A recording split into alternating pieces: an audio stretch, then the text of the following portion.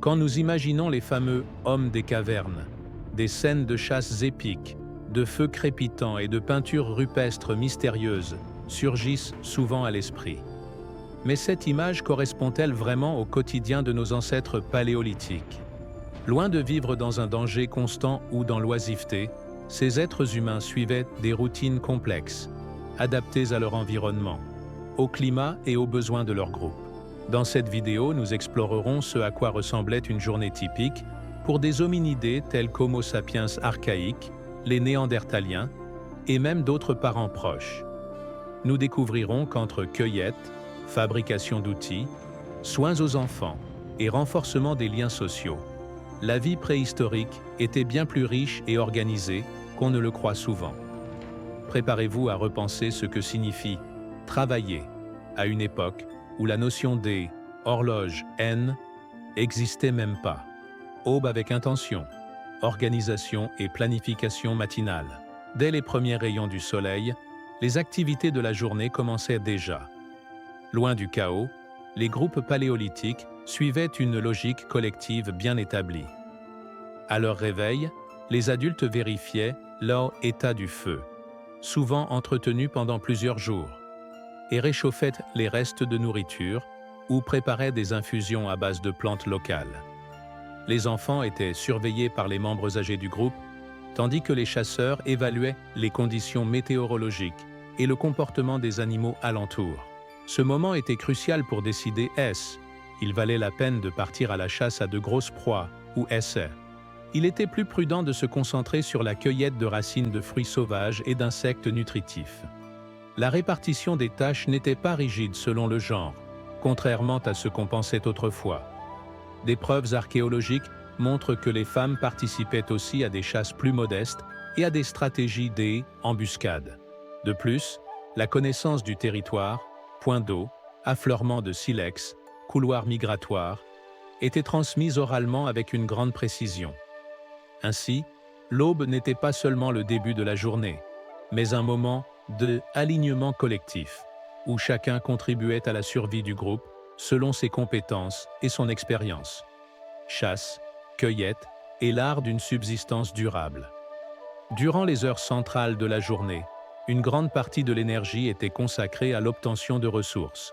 La chasse exigeait patience, coordination et outils spécialisés.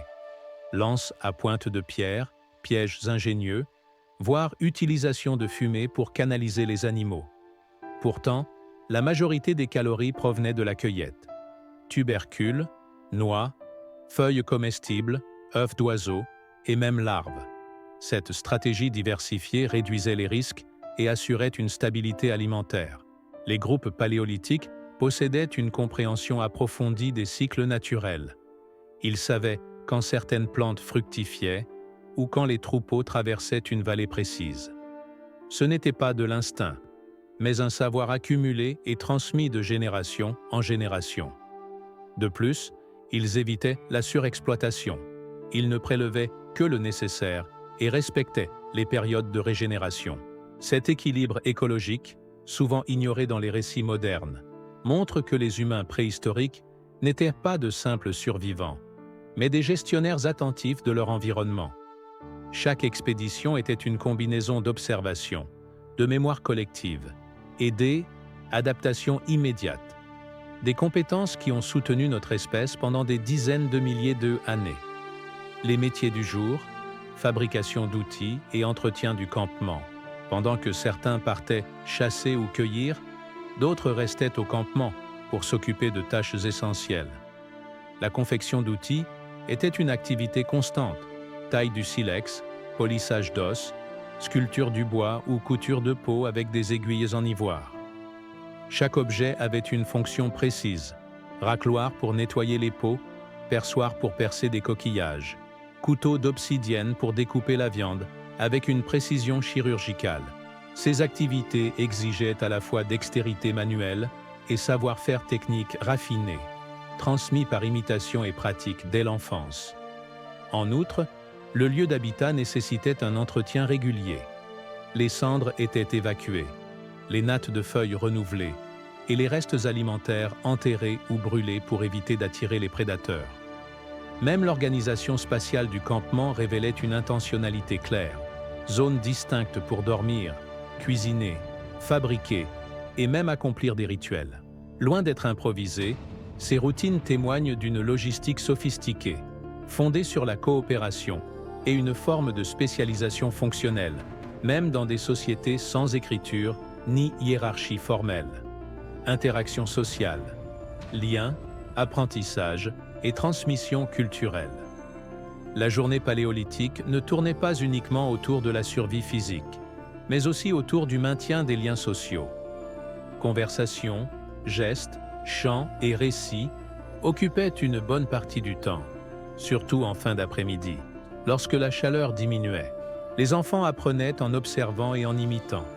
Comment allumer un feu par friction, reconnaître les plantes toxiques ou imiter le chant des oiseaux pour attirer du gibier.